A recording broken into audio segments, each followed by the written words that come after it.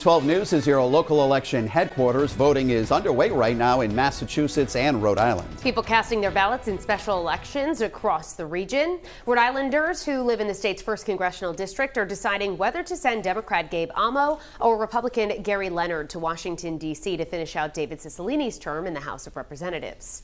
In several Rhode Island communities, there aren't any candidates on the ballot. Instead, voters are deciding on bond questions. And for more in-depth coverage on the issues and candidates, let's send it back out to 12 News anchor Kim Kalunian, who's joined by 12 News political analyst Joe Fleming tonight. Hi, Kim.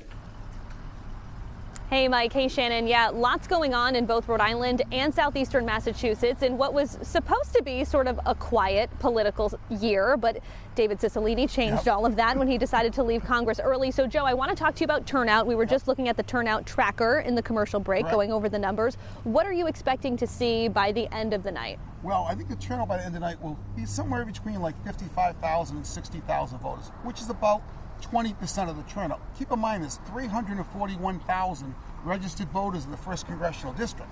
So just in CD1, I expect it to be somewhere close to 20% of the vote. And how much does turnout matter in terms of, let's talk about the congressional race. How much is turnout going to matter for those candidates? Well, obviously, candidates want to see where the turnout's coming from. You know, if you're a Democrat, you want to see the turnout high in Democratic areas. If you're a Republican, you're looking for the turnout to be heavier in Republican areas throughout the day. Same thing with early voting, same thing with mail ballots. You're trying to find turnout in your strength areas. Both campaigns, I'm sure, are really trying to push the vote out where they believe they have a lot of support. And what have you been seeing when you've been looking at the numbers in terms of early voting, voting by mail, and election day turnout? Well, in terms of voting by mail, we looked last night at people in CD1 who have returned their ballots already. 77% of them are registered Democrats. Only 8% are registered Republicans. Doesn't mean they're all voting for the Democratic candidate, but that's what we have so far.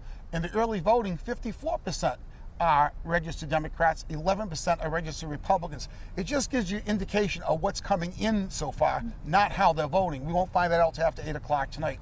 But again, CD1 is a very heavy Democratic district. Joe Biden won up by 29 points 3 years ago. So Gabe Amo is a favorite in this race, but again, a lot of strange things have happened in the past. And we were talking about this too in the commercial break.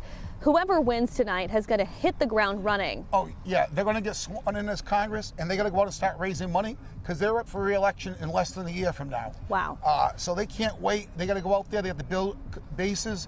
The turnout's going to be a lot higher when they run next time. It's a presidential election. We're talking a turnout of maybe 65% of the voters in CD1 in the general election. Totally different ballgame for next year. Let's talk about the school bonds.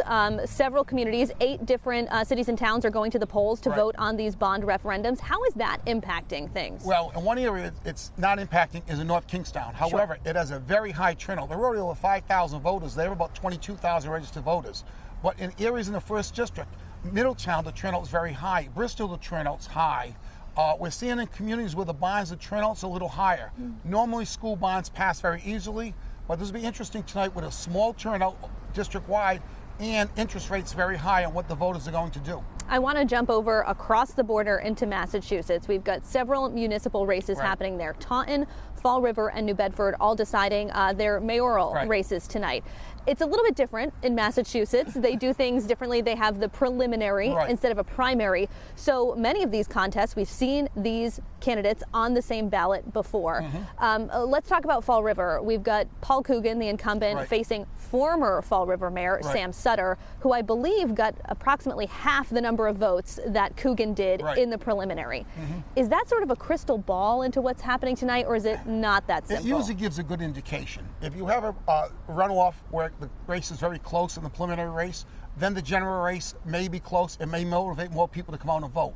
But if you have a preliminary race where it's a real blowout and one candidate's getting like 70% of the vote, coming to the general election, it's almost a foregone conclusion unless something major happens between the primary and the general election. All right, so Joe, as we get closer to the polls closing at 8 o'clock, what exactly are you going to be watching for? I'm going to be looking for the first returns coming in to see if we see any trends. If we see a trend, we're going to try to call the race as soon as we can, but we have to see that trend first. All right, Joe Fleming, our political analyst, will be back with us at 5:30, but for now, we're going to send it back in studio to you, Mike and Shannon.